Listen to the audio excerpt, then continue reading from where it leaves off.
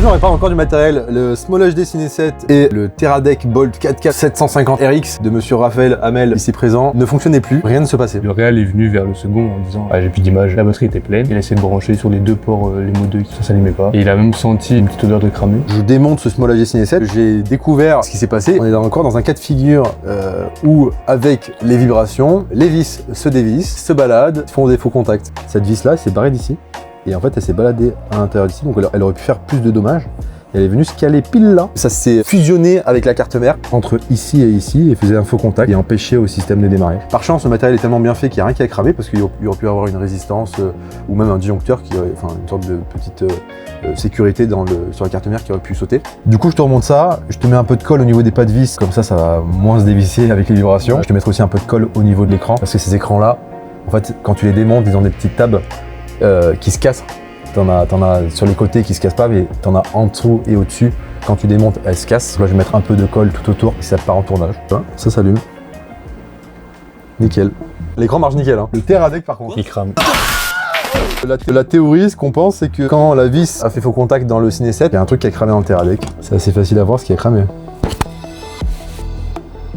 T'avais besoin de moniteur ou aussi du récepteur pour ton tournage? Bah, les deux. Hein. Si je le connecte à une batterie Veloc, là. Ah ouais, ça chauffe instant. Là, il est pas content, là. Ça chauffe beaucoup là. Ça, je pense que ça a tellement cramé que ça a soulevé, tu vois, ça a tout décollé. Là, le problème qu'on a, c'est que le composant a tellement cramé que je peux pas lire ce qui est marqué dessus. Je pense que c'est un petit module de gestion d'alimentation. Ça a l'air d'être le même que celui qui est à côté, mais juste dans l'autre sens. Peut-être qu'il faudrait que je les contacte. Après analyse approfondie, on pense avoir trouvé le composant, qui est celui-là, peut-être. Oui, si, sûr, pas sûr. On va tester. Il ressemble. Mais c'est pas sûr. Si, non. Peut-être, peut-être pas.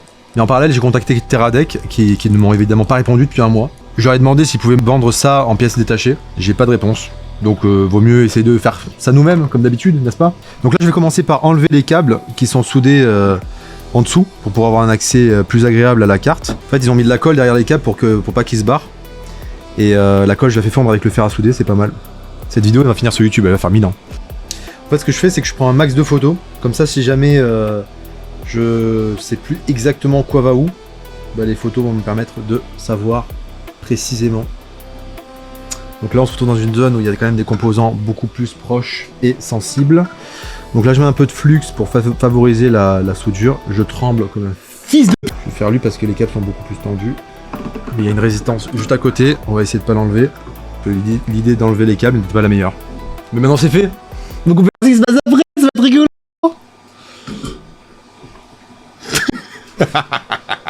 Je parlais pas dans le micro. Donc on a le composant principal à réparer. Si Teradek donne une réponse, ce sera celui-là qu'il faudra changer. En attendant, je vais nettoyer les zones où j'ai enlevé les câbles. Donc je vais enlever l'étain. Et on va prier. Allez, on prie. Vas-y, on prie. Seigneur. T'es pas devant la caméra par hasard? Non, ça va. Là, j'ai une bonne idée d'axe, je me mets là. Voilà, du coup. Ah, c'est pas mal. Ouais. Et moi, je me mets là, non? Parfait. Bande de connards. Vous êtes des forceurs, les gars. Les gars, j'ai même pas commencé à réparer. Hein.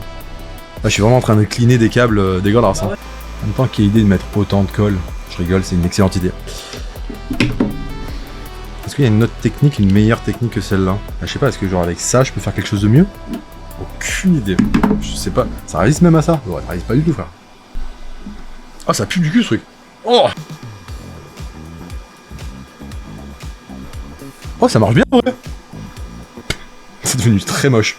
Ça me fume parce que les vidéos que je rate sur YouTube, les mecs ils hésitent pas du tout, tu les vois pas en train de réfléchir, en train de parler comme des connards comme moi là. C'est super maxi propre. Damn les gens! C'est propre! Enfin c'est sale mais ça va être propre dans une seconde.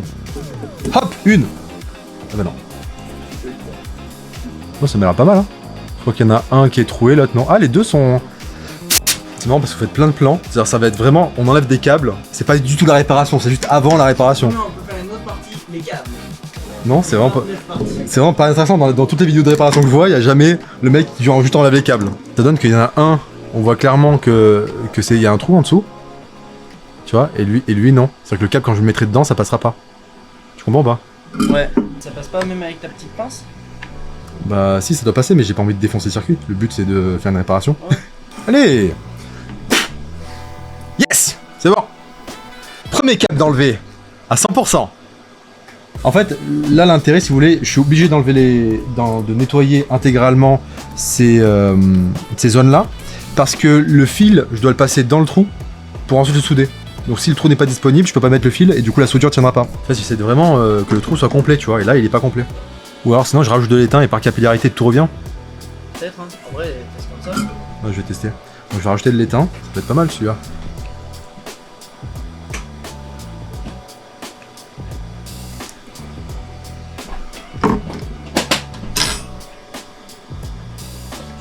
Là au cas où. Si j'ai oublié que ça avait partout cette merde. Je crois qu'elle part quasiment toute là. Hein. Oh, on en a un entier. Ouais, c'est un peu stressant comme travail. Hein. Tu sais que cette plaque elle coûte 300 balles, que t'as un composant à 5 centimes à remplacer. Mais je sais, en fait, le problème c'est que ça chauffe trop le PCB, ça m'embête. Bah c'est parfait là. Bah là c'est plutôt parfait. Ouais. Tu manges encore, Maï? Non. Ah ok. Le circuit est prêt. Ça c'est une zone très très cuivrée. J'ai peur que là on ait juste défoncé la carte, tu vois. Donc là je vais procéder à la tentative d'extraction. On va procéder d'abord au nettoyage de la zone avec de l'alcool isopropanol glycol propylique. Ensuite une petite moussinette pour moussiner le tout. Du flux sur le composant. Là c'est le moment de vérité là. Là si je me rate. 480 degrés vitesse minimum. Je vais venir me positionner pour récupérer le composant une fois qu'il sera dessoudé. On peut voir difficilement, alors j'ai pas encore vérifié le sens du composant. On peut voir le logo à droite là, tu vois là, ce logo là. Ça on va en avoir besoin pour après. Allez on y va. Il se dilapide en 1000 morceaux.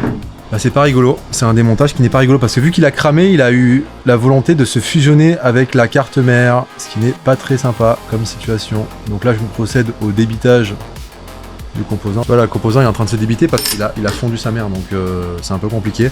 Et j'ai peur qu'il soit fusionné avec la carte mère, avec le circuit imprimé. Je peux augmenter la vitesse, et tu vois là, le composant il a cramé la carte. Hein. Ouh, ça le met aussi fluide. Là, ce que je suis en train de faire, c'est de remettre de l'étain par-dessus l'ancien étain, qui est de l'étain qui fond à plus basse température, pour essayer de récupérer cette zone-là.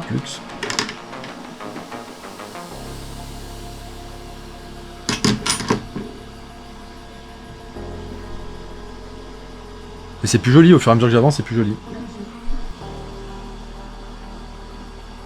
Oh, le caca boudin que ça a laissé. C'est quand même mieux qu'avant. On va analyser un des composants, un des nouveaux là. Voilà la gueule qu'il a, parce que autant il y a plusieurs pads qui sont reliés à la même chose, et ce serait con de faire tout ce travail pour pas grand chose. On va regarder ça. Ce truc, il est tellement petit. Ah ouais, c'est ça. Ouais, c'est ça. En fait, d'un côté, tout est relié, de l'autre côté, il y a 4 pins différents. Voilà, donc c'est bien ça. Donc c'est moins pire que ce que je pensais. Alors si on le met à la caméra microscope, on peut voir que d'un côté vous avez tous les pins reliés, donc on peut voir qu'il y a tout ça qui est relié ensemble, et de l'autre côté ils sont séparés. Donc là le travail qu'il va falloir faire, c'est séparer ceux-là. Et moi ce qui m'inquiète, c'est que en bas tu as une sorte de grande plaque qui là est couverte, qui prend les trois là. Alors c'est peut-être normal, c'est peut-être anormal, peut-être que là on a 1, 2 et 3. Tu vois, peut-être que lui c'est un pad différent, tu vois. Donc on va essayer quand même d'enlever cette grosse merde là, parce qu'elle nous emmerde quand même de ouf. Je vais continuer à utiliser la technique de rajouter de l'étain, réutiliser le cuivre tressé pour l'enlever, pour faire en sorte qu'il se mélange les deux, l'ancien et le nouveau. Je viens de capter qu'en fait le composant à côté il est à l'envers. Ils sont mis, en fait au lieu d'être mis dans le même sens, tu vois, ils sont mis face à face. Et là tu vois, en fait le seul problème c'est qu'on a une épaisseur, que je n'arrive pas à retirer cette épaisseur. Et ça peut nous poser problème. Ça peut nous emmerder. Et je pense que c'est là qu'il y a eu le plus d'ampérage qui est passé, voilà. Mais ça a tellement chauffé ici que ça a soulevé le pad entièrement. Faire un soudé quand il reste longtemps chaud, il a tendance à devenir beaucoup moins performant. Du coup, j'utilise ce produit-là qui me permet de le revitaliser un petit peu. Et tu vois que même ce produit, il arrive même pas à le revitaliser bien. Ouais, donc en gros, si c'est fusionné, je peux rien faire, quoi. C'est l'histoire finale. Si ça a fusionné, ça a trop chauffé, et que le métal est fusionné au circuit électronique, je peux rien faire. C'est ça que t'es en train de me dire. Ouais, en gros, si c'est vraiment fusionné, genre le cuir du pad a bougé, ou il y a du métal bizarre collé dedans, bah non, t'as zéro chance de nettoyer sans péter le circuit. Fais un test vite fait. Mesure la continuité entre ce pad mort et un voisin sain. S'il n'y a pas de cours, colle un fil direct dessus et passe. Sinon, direction la poubelle ou le frigo pour le faire péter en mode artistique. J'ai rien compris, vraiment je l'enlève parce que ça me terrorise là. Là c'est le monde vérité les amis.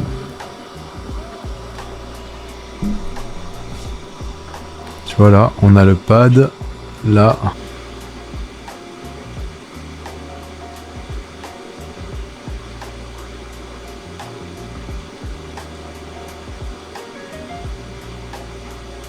Et maintenant pistolet à air chaud, très lent, mais très chaud.